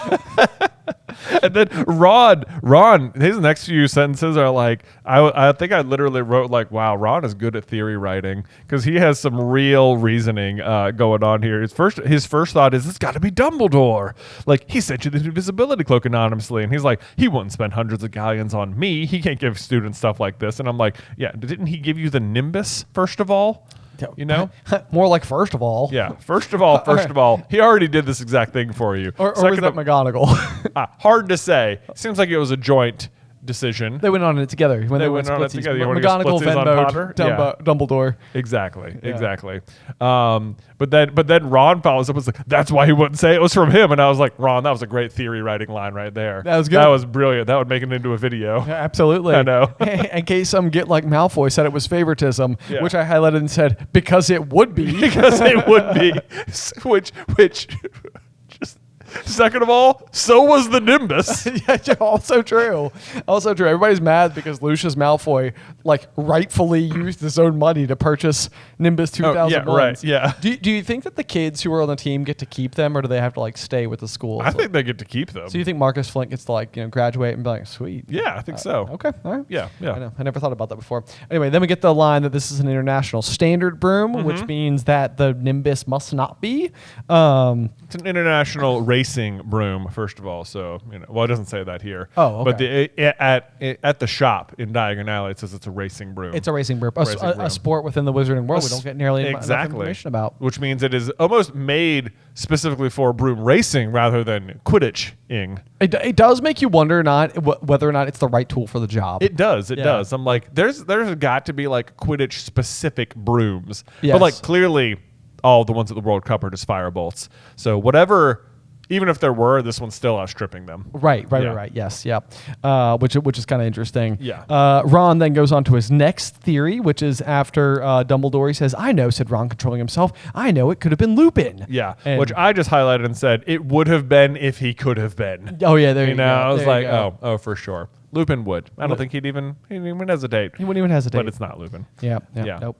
Yeah, but he likes you, said Ron. Ron is like, it's favoritism. It's absolutely this. Yeah. It's 1,000%. Well, Ron's sitting there with his non-stitched maroon sweater. Not even the favorite 11-year-old boy Mrs. Weasley knows. Yes. Or whatever, 13-year-old boy. Who happens to be his own best friend. I know. So Ron's really putting a lot of emphasis on anybody that likes you probably did this. Poor Ron. Poor Ron indeed. No one's writing you a firebolt, are they? No, but then when we get a little bit more insight into some of the different details attached to Lupin, which are continuing to unfold, because this is a good setup as well, because Ron is basically like, well, he could have bought it for you when he was away, and Harry's like, what do you mean? When was he away? He was like ill while I was playing my last Quidditch match, and Ron's like, no, remember, I was in the hospital wing. I was cleaning those bedpans. The bedpans because they're just so full at this Remember school. when I threw that alligator heart at Malfoy? Which is the second book in a row where Ron has had crucial information because of a detention. Yeah, and he's like, right. T. Riddle, I polished his shield when I was serving detention. You wouldn't remember it too. Or you'd remember it too if you threw up slugs all over it. Oh, poor Ron. Poor Ron. How about these gross detentions cleaning up bodily fluids? I know. Yep. But learning pertinent plot information in the process. Exactly. Maybe that was the other trope for every book. It was like, let's send Ron to some type of bizarre detention. Because even in the first book, he misses out on the Forbidden Forest detention because he's in the hospital wing, because he was off helping Hagrid. So in that particular case, he's not involved. He's missing a detention. Yeah, there you go. Well, things happen at detention in these books. I know, you got to pay close attention to it. It's like detention coming up. Even Harry's in detention when he hears the basilisk for the first time. Yes. Goodness. Right? Yeah. Mm-hmm. It's detention. Opportunity. Things are happening. Let's see. Anyway, Ron then gets all upset. This is sort of a funny thing because Hermione brings Crookshanks into the boys' dormitory, and like Ron is like, "Don't bring that in here," and she just completely ignores him. Which honestly, I feel like this is pretty rude. I think that like Ron's request to be like, "Hey, can you not bring your cat into the room where Scabbers lives?" I think is fair. I think it is fair because he's already tried to eat him once. And when Hermione bought Crookshanks, she was like, Scabbers will be living in your dormitory and Crookshanks in mine. What difference will it make? And it's like, you're breaking your own reasoning right now. Come on, Hermione. Come on, Hermione. Yeah, I know. So anyway, not only does Ron ask her to do it because he's afraid that Crookshanks is going to try and eat Scabbers, but that is immediately what happens. It is immediately what happens. But I feel like it's sort of like it's folded into this narrative that Hermione is suspicious of the broomstick. And so it almost even feels like it's like, are they fighting? And like it almost feels like they're just trying to get us like back in that tone of like, everybody's kind of been getting along for a little while. So it's like, no, look, see, they're feuding. And so maybe it's like, is it Crookshanks or are they just like irritated with each other about like other things? About the broomstick. About the broomstick. It's like Ron taking the Scabbers thing too far because of the Firebolt thing. Right. Yes. Like he's like overreacting now all of a sudden because Hermione's like, no, you can't have cool, fun things. Anyway, so then we do have a situation where Crookshanks tries to eat Scabbers. Ron aims a kick at Crookshanks where he misses, and ends up kicking the trunk. Yep, and hopping up and down, howling with pain. That sounds like just the worst. It would hurt so bad. Oh my gosh, yeah. If you accidentally kick something at full speed, yes, that wasn't what you were trying to kick. Yep. Yeah, that sounds terrible. That does. This does kick out the pocket sneakoscope though that Ron had sent to Harry over the summer for his birthday. Yes. They were inside of Uncle Vernon's old socks. A lot of socks in this chapter. Big sock chapter. Yeah. But it's whirling and gleaming. Yes. Because of Peter. So it's like, it's funny that it's like, has it just been making, how good are these socks at muffling the sneakoscope? It sounds like really good. Yeah, because it's surely been worrying all semester. Gotta be. Whenever Harry's in there. Right. Yep. And then I think it's funny that Ron says, can't you shut that thing up? And it's like, you gave it to him, man. I know, seriously. So you're at fault here. Yep. Yep. So let's see. This is maybe where you could connect the sneakoscope, like, information where it's like, who was present at both situations? You know, because the sneakoscope was spinning last time because of presumably Fred and George putting beetles in Percy's soup, but actually because of Scabbers. Right. And then is it also on the train? Is that not also the case? Oh, does it spin on the train? Isn't Hermione like, is that a sneakoscope? Oh, yeah. But I think the doubt sowed by Bill so early on is just continuing to ring true, where it's like the sneakoscope keeps doing exactly what it's supposed to be doing, but like anybody who's ever traveled anywhere kind of knows about the little tchotchke gift shop items that don't work. Yeah, exactly. So it's like, you know, it's not hard to just be like, it's just not working. Right. So it's just like it's like it's right there. You know, it's right there. It's like clearly like a magical piece of like a tool used for defensive magic is telling you that there is reason to be suspicious, and we all just doubt it. I know. We're just like, nah, it's probably just broken. Right. It's like, why would... that's like, why do you assume that, you know? I know. Like, you should be smarter than that. You should be. But But you're not. You're not. Okay, here is where I think we shift again into another rather big piece of, I don't even know if it's theory or just straight up intentional fact. But Harry, Ron, and Hermione do bring themselves together to go down to the Great Hall, where they're going to have their Christmas feast, and the house tables have been moved against the walls, and there is a table set for 12 in the middle of the room. We have Professors Dumbledore, McGonagall, Snape, McGonagall's best friend Sprout, and Flitwick there in attendance, along with Filch the caretaker, who had taken off his unusual coat, was wearing a rather old and moldy looking tailcoat. 3 other students, 2 extremely nervous looking first years, and a sullen faced Slytherin 5th year. And then Harry, Ron, and Hermione, of course, also join with Scabbers in tow. Scabbers in tow, meaning that there are 12 seats at the table plus Scabbers, so 13 people are there. Yes. Also, before we get there, though, there is another little fun foreshadowing for Scabbers down at the bottom of the last page, where they're saying, we're like Ron is saying that like why Scabbers looks so, he's like so stressed and that's why he doesn't look good. And Harry is remembering what the shopkeeper said about rats living only 3 years and couldn't help feeling that unless Scabbers had powers he had never revealed, he was reaching the end of his life. And it's like, yes, he does. Yeah, he has quite significant powers. This is the most blatant telegraphing to you, the reader, that Scabbers is more than he seems. Yes. Big flashing lights. Flashing lights on that sentence. Otherwise, but anyway, 13 people at the table. Well, 13 people at the table. Now my turn to interrupt our thought here because there's what I think is just Dumbledore trolling Snape at the bottom of this page. 1,000,000%. Right? Like there is no way this is an accident. Nope. So Harry, Ron, and Hermione with Scabbers in tow sit down at the table. Dumbledore announces to the table, "Crackers!" and enthusiastically offers the end of a large silver noisemaker to Snape, who took it reluctantly and tugged. With a bang like a gunshot, the cracker flew apart to reveal a large pointed witch's hat topped with a stuffed vulture. Like, Dumbledore is messing with Snape. Dumbledore made this cracker 1,000,000%. Because the odds that it is the exact wizard's hat that Neville's grandmother wears and appeared on Snape's head as a boggart and has now just come from a cracker that Snape has interacted with. It's like there is no two ways about it.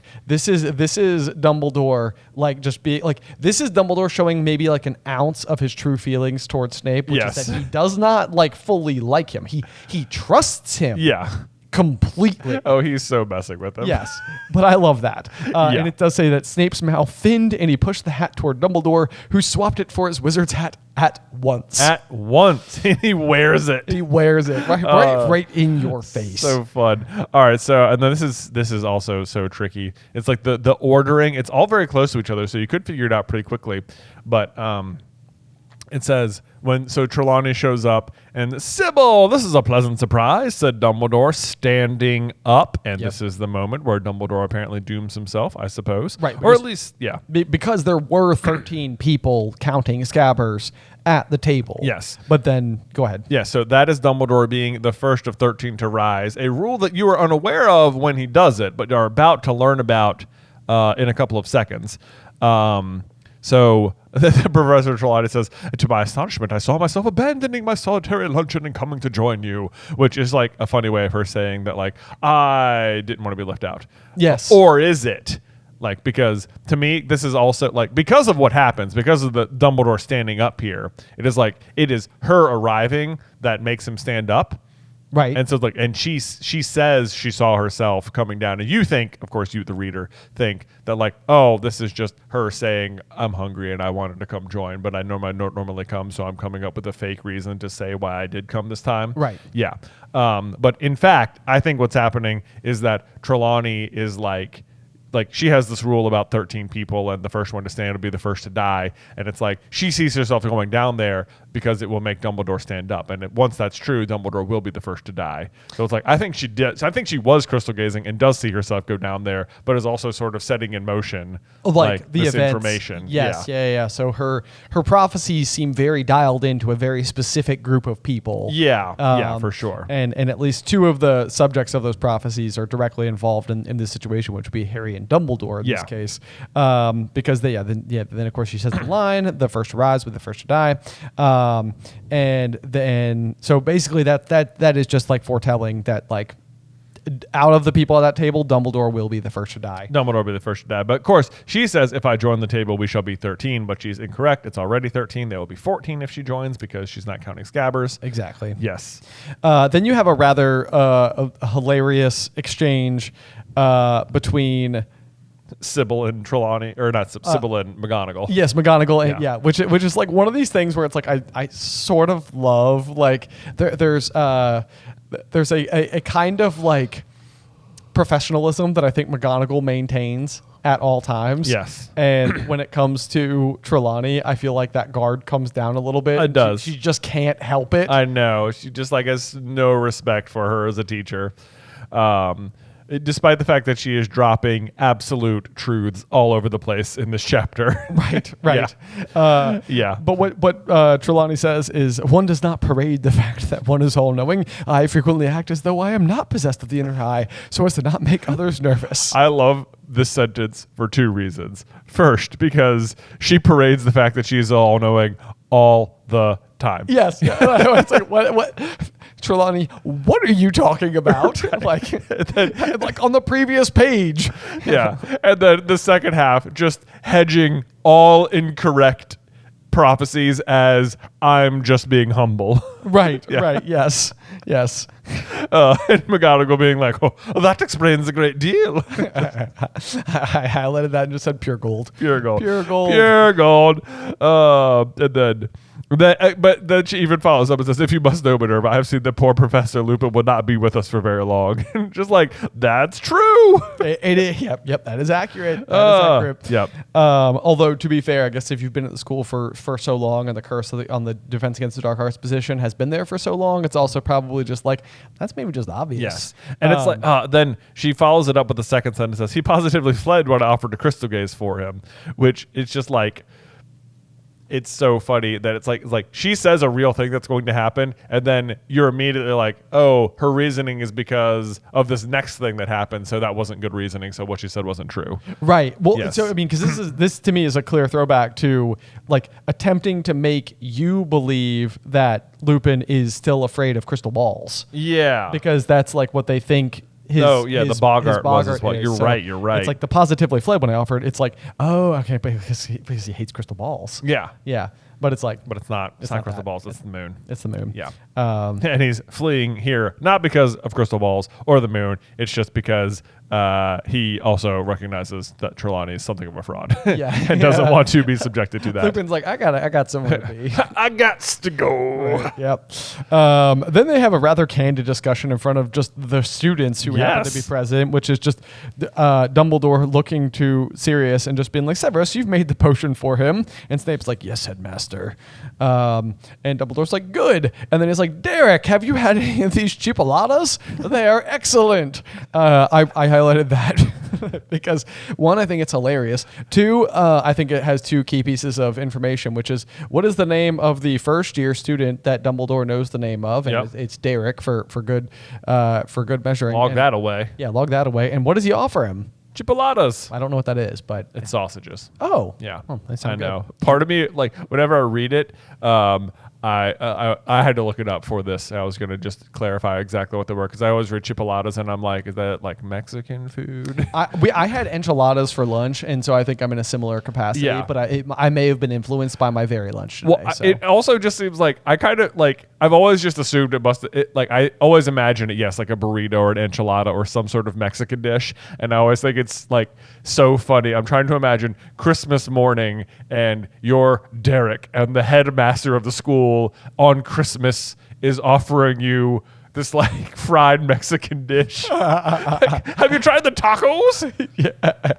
Like, that is how that sentence has always made sense in my mind, and the ridiculousness of it has always made me laugh. So I kind of wish it was Mexican food and not just sausages. That would be really funny, especially with his like vulture hat that he's wearing. Yes, like, exactly. What a sight to see. I know. Like, why did they make Mexican food? Right.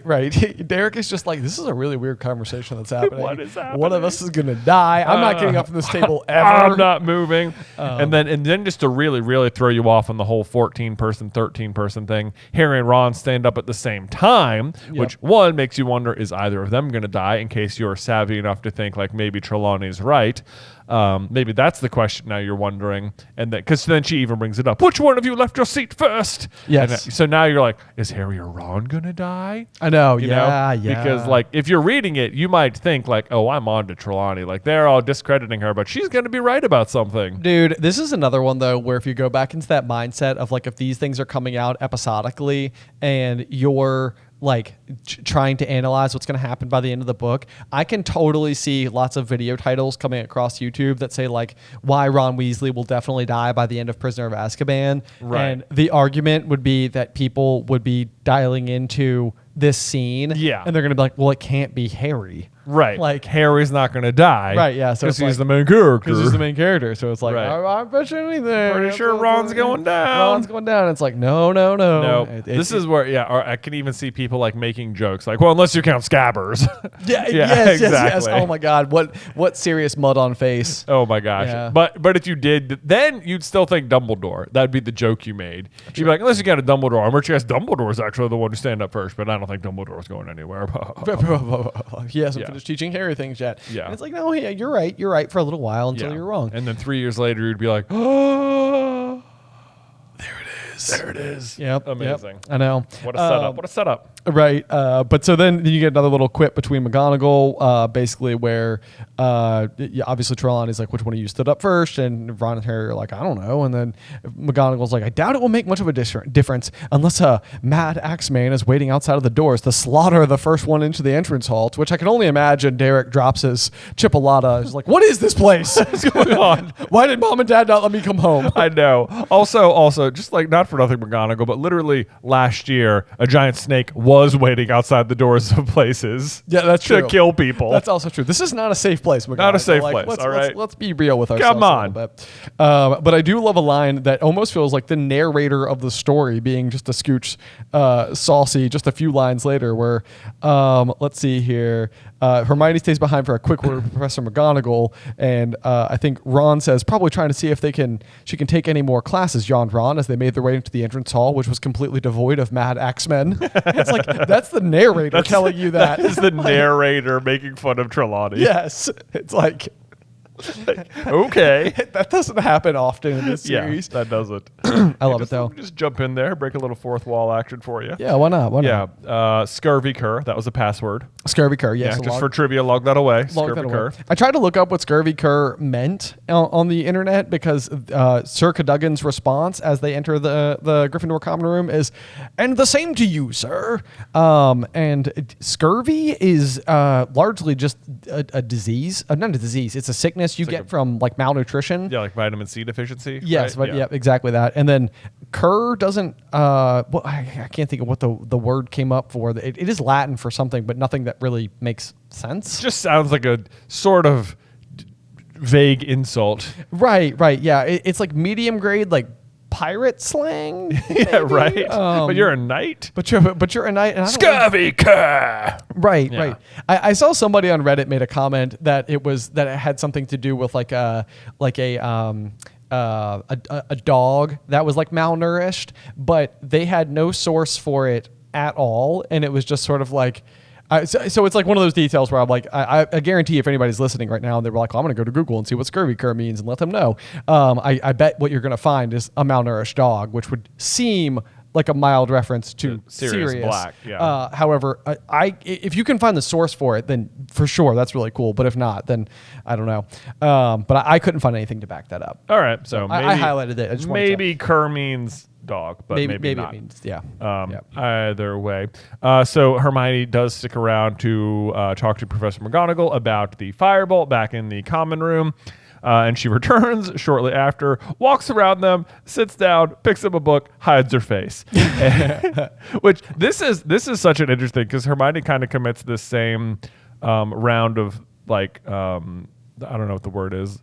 Like weird logic a couple of times. Where like one, what she's doing, I think does take like a certain amount of courage. Like she really, really believes there could be something wrong with the broom. Yeah. And like she thinks it is sent from Sirius Black. And like she is right. she is right, yeah. But so it's you're right though. It's a little bit of like Neville in year one, where it's kind of like standing up to your friends can be rather difficult. And like Hermione's like, I don't want to be raining on your parade, and I know that is going to make both of you very mad at me, but if something is wrong with it, then maybe you'll thank me later. Right. Yeah, and that is is difficult. It's hard to stand up to. So it does take some courage here. But this happens again with Hermione later in Half-Blood Prince, where she just keeps insisting that, like, that book is no good. That book is bad. Look, I think the Half-Blood Prince, you think it's a guy. I think it's probably Eileen Prince. And it's like, in both situations, she's like half right and half wrong. Yeah, you're right. Where it's like, yes, the reason why it's the Half-Blood Prince does have something to do with the Eileen Prince, and it is because she is the witch mother to otherwise Snape's half-blood status. Yep. And so it's kind of like, yes, and even like Sectum Sempra is a dark spell, and it is something that he learns from the book. Right. But it's not all nail on the head. It's not all nail on the head. And it's like, even that, it's like you're supposed to finish that feeling like, yes, Snape was a bad guy, but ultimately less so. Less so than you thought. Less so than you thought, yeah. I think the further we've been fans of Harry Potter, it's always harder to get to a point where you fully forgive Snape. Yeah. It seems like too much of the stuff that he does, it's like he has quietly been on the right side the whole time, but whilst doing so is also just a jerk and mean to kids. Right. So it's like, it's always one of those things where it's like, I don't know. I'm glad that love has caused you to not be a terrible person, but also if not for Lily, then I don't know. I'm into a whole different conversation at this point in time. Anyway, so the Firebolt. The thing that I think is kind of interesting is that, well, partly I think McGonagall says, well, I'm afraid I will have to take this, Potter. And I just put in ... for a quick spin. I know, right? There's a piece of me that's like McGonagall's like, there's no way McGonagall doesn't subscribe to like Broomsticks Weekly and isn't like, this is a Firebolt. I know. She's like, whoa, this is awesome. that is super cool. That's the stuff. But Harry's like, what? It will need to be checked for jinxes, is what Professor McGonagall says. Of course, I'm no expert, but I dare say Madam Hooch and Professor Flitwick will strip it down. And I'm like, Madam Hooch? Yeah. It's like, what does she do? Is more talented than Minerva McGonagall? I don't think so. I don't think so. Could barely referee a match. Barely referee a match. I mean, nothing against Madam Hooch, but this is McGonagall we're talking about. Madam Hooch didn't notice that a rogue bludger was in play during a Quidditch match. Or that one of the professors was actively trying to kill Harry during one of the Quidditch matches. Yes, I have my faith in her is... It's low. Low. It's low. I know. I mean, I wasn't going to start by throwing shade, but we kind of found ourselves there naturally, so it is what it is. So anyway, this is kind of like a difficult one, especially, I mean, it must even be difficult for McGonagall, who wants to see Gryffindor win so badly. And it's like again, it's like she probably knows exactly what she's handling here, and this would help. And Harry's a great seeker, and it's still kind of like, because you get the line, there's nothing wrong with it, said Harry, his voice shaking slightly. Honestly, Professor, you can't know that, Potter, said Professor McGonagall quite kindly. It's like, this is another one of those like moments where it's like, you can just tell that like McGonagall has this like very stony facade, but she does have a soft spot for Harry in her somewhere. Favoritism. Why not? Why not? He's the chosen one. So what are you gonna do? But then the scene that I think breaks my heart, because it just brings me back to like my own childhood sense of disappointment, is Professor McGonagall turned on her heel and carried the firebolt out of the portrait hole, which she closed behind her. Harry stood staring after her, the tin of high finish polish still clutched in his hands. It's just like, I could just imagine him being like, my new toy. But wait. Yeah. It hurts so bad. But yeah, so then finally we close out the chapter with that broomstick was probably sent to Harry by Sirius Black, which is McGonagall and Hermione's joint theory, and is straight up correct. It is correct, but that doesn't matter because it's safe. It is completely safe. He's not a what bad they're guy. missing is the fact that Sirius just cares deeply about Harry and feels bad that his broomstick was ruined, partly because Harry spotted him in the stands of the match against Hufflepuff. Yes, so where there it goes is... and flies off into the Whomping Willow. And it's like, it's so interesting because like they're all mad at Hermione here because like, you know, she basically told on them, I think. But like, if you like just take one breath back and like, as long as Harry gets the broom back before the next Quidditch match, like it doesn't matter. It doesn't matter. Like it doesn't hurt anything for them to check it out. Right. And like in the meantime, if they do find something wrong with it, then that's like, then you did not want Harry to ride it. Exactly. So like there is really no downside to this at all. I know. The biggest thing is that clearly Harry just wants to sit there and hold it. Yeah. And it's like, I mean, that's an understandable, like anybody on Christmas who's ever been excited about a new toy, like, there is that. But also the imminent danger that is the foot makes it hard to ignore that potential threat. It does. But yeah, you don't want your brand new toy taken away from you on Christmas. Yeah. It seems a little unfair, especially when for poor Harry, he's only on his third year of ever having Christmas ever. I know, right? So what's he left with now? A sweater, a variety of cakes, some nut brittles. I've heard that word before. Yeah, you've heard that word before? I've heard nut brittle. There you go. Oh, man. So anyway, that closes us out for that. For the Firebolt chapter 11 of Prisoner of Azkaban. We do get to look forward to next week's episode of chapter 12. The Patronus. But before that, Jay, do you have a review? I sure do, Ben. This one comes from Ronald Valon. Hey, Ronald. He says, a great show. Love the brothers. I've always loved Super Carlin brothers, and listening to them deep dive into Harry Potter is always the highlight of my week. Great stuff. Question. Why wasn't Dumbledore the Potter's secret keeper, or what would happen if he was? Why wasn't Dumbledore the secret keeper? Because friendship.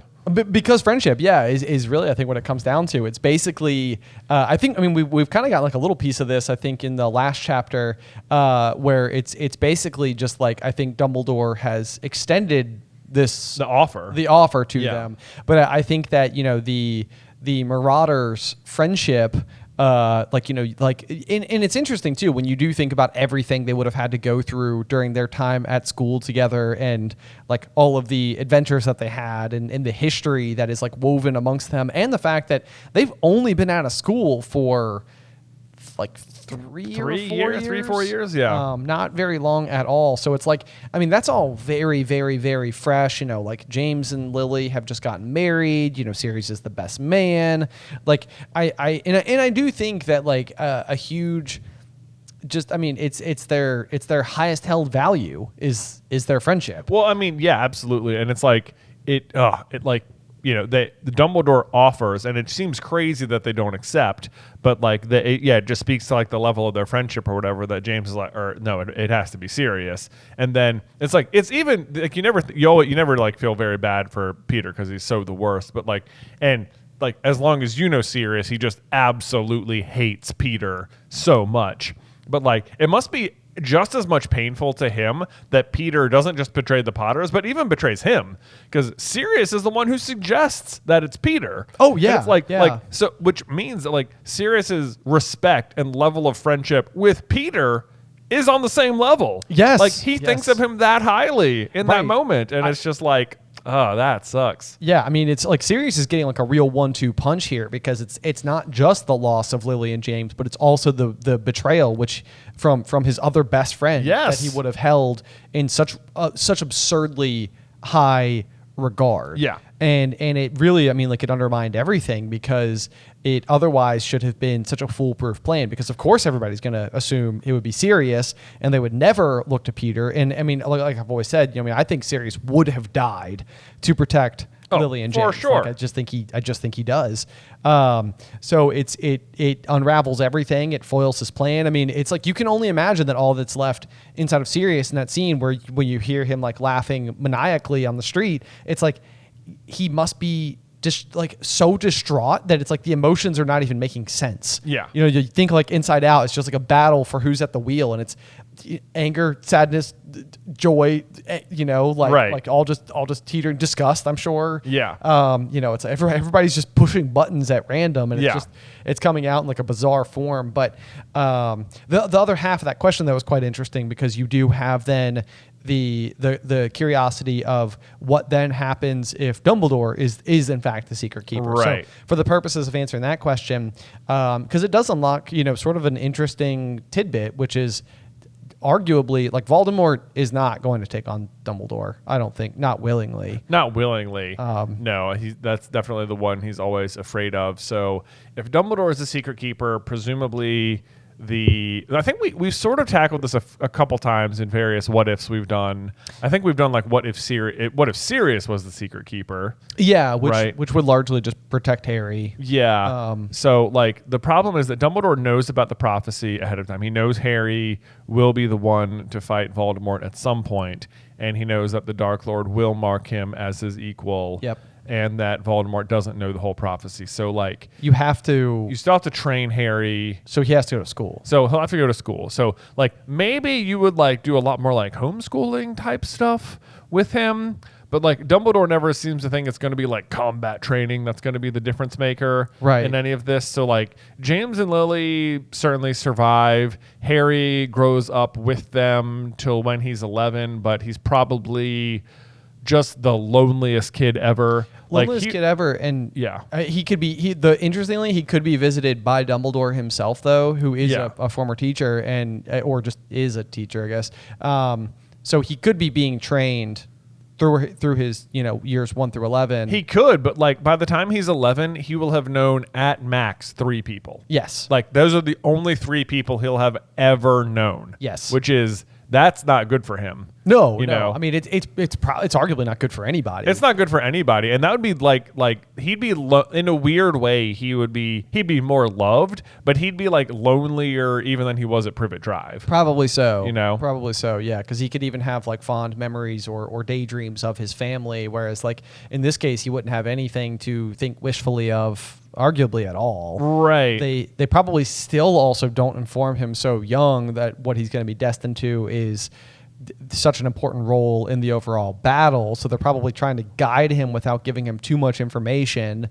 So I think what you probably end up with is a maybe somewhat Snape-like character, like a little like reclusive upon entry to Hogwarts, do you think? Yeah, not very social, I wouldn't think. Yeah, either craving...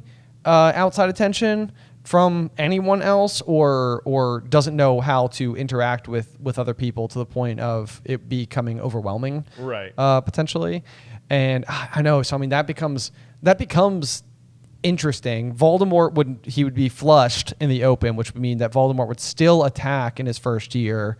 There's the ever-present issue, which is also that Voldemort's basically at the height of his power while he's hunting for the Potters, which means he's either continued that reign on an upward trajectory for this whole decade that we have. Yeah.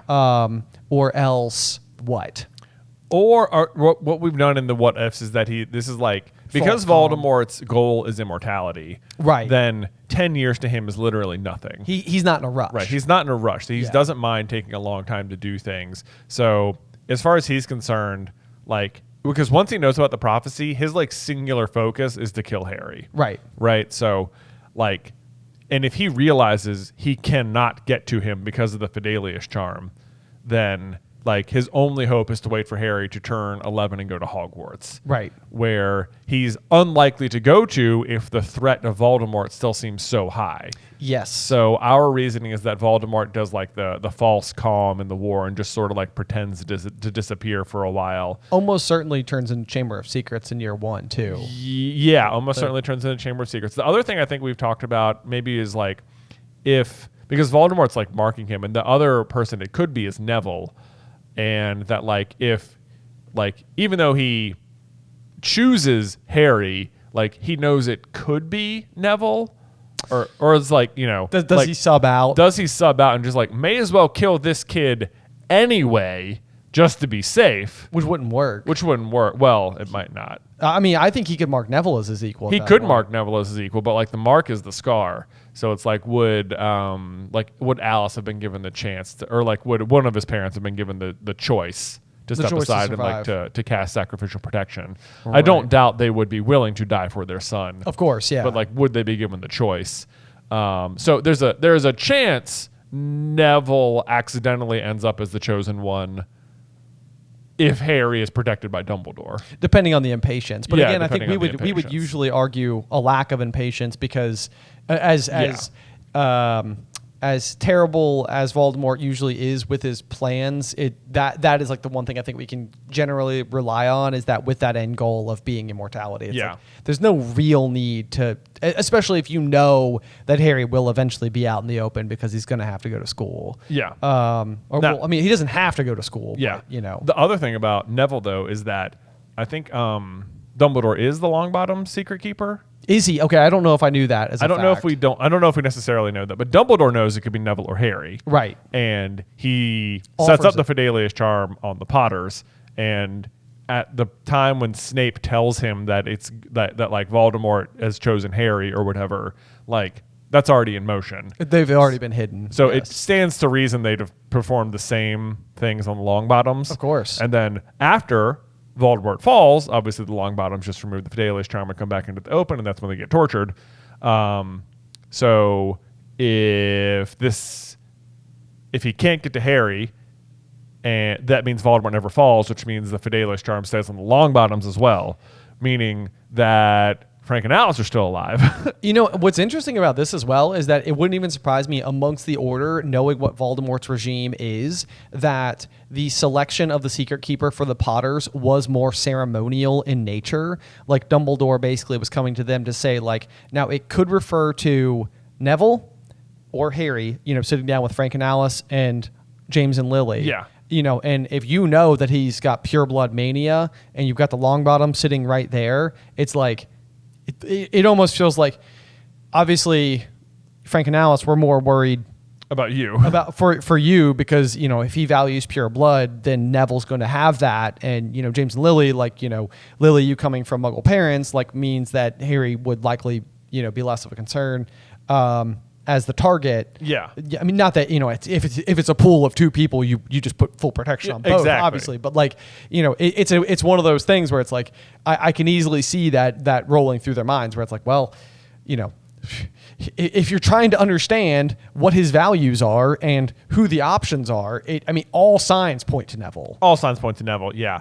So but then they would both survive all the way if Dumbledore's the secret keeper, because you don't think Dumbledore gives them up ever. Yeah. But then, interestingly, if Dumbledore is the one secret keeper for both of them, could maybe the Longbottoms and the Potters hang out? It's like we're because like venturing into Dumbledore could tell the Longbottoms where the Potters live, right? And as long as they only go there, then those are the only people they see. It's a circle. It's a circle. So maybe Harry and Neville just grow up best buds, like the best of buds, like the only other kid they've met. They would be the next Sirius and James. Oh my gosh! Yes. Okay. Because they would be coming from some of the most talented parents. Both Frank and Alice are Aurors. They would have Dumbledore's consultation. Yeah. If they can spend... Oh, I love that. Okay. All right. Yeah. Okay. So obviously... We've changed our mind. Harry he's not entirely isolated. He goes to Hogwarts with Neville as his lifelong best bud. Lifelong best friend. Lifelong best buds. They're obviously both in Gryffindor, because all their parents are, and they talk about it all the time. Yeah. They just can't wait. They just can't wait. Absolutely. They know all about Voldemort, who still creates this false calm to lure both these boys out into the open. And then Chamber of Secrets... hard on the first year. Do you think there's any world where one of them would sacrifice themselves for the other? That is literally what we have happen in What If Neville Was the Chosen One. Oh my god. Is what we do, because we have Harry sacrifice himself for Neville, and that's the sacrificial protection. Yes. Yes. Okay, this is it. It's Chamber of Secrets year 1, because this is Voldemort's plan. He's going to use the diary to attack them from afar. Because he can do it. Because he can do it. Because he doesn't have to. Yeah, he doesn't know. The calm is there. No one's expecting him to attack at all. The basilisk shows up. The two of them solve the mystery like Harry and Ron usually do in some manner. They go down there, but Neville dies for Harry, and that's where the scar comes from. Oh my god. Is Neville's sacrificial protection. No. Boom, nailed it. And then he just lost his best friend. Oh, that's sad. It's really sad. It's really sad. Okay, different level of devastation. Okay, I like it. I like it. That feels like it could be something a string to tug on. That does. That's a fun one. Okay. Great question. I don't think we're going to do any better than that. That was an amazing question from Ronald. Yes. From Ronald. Okay, yeah. Excellent. Well, thank you so much. As per always, guys, if you wouldn't mind, the reviews do help us so grandly. We're over 1,000. We're over 1,000 yes. in terms of discoverability. So if you wouldn't mind, and if you have a question you'd like to attach to it, we will continue to dig through those as we continue to do episodes. So thank you again in advance for that. Yes, absolutely. But otherwise, make sure you join us for Chapter 12, The Patronus, next time on Through the Griffin Door. Today's episode was edited by Ethan Edghill. Vaishon Brandon does our art. Catherine Stein is our production manager, and the show is hosted by me and Jonathan Carlin.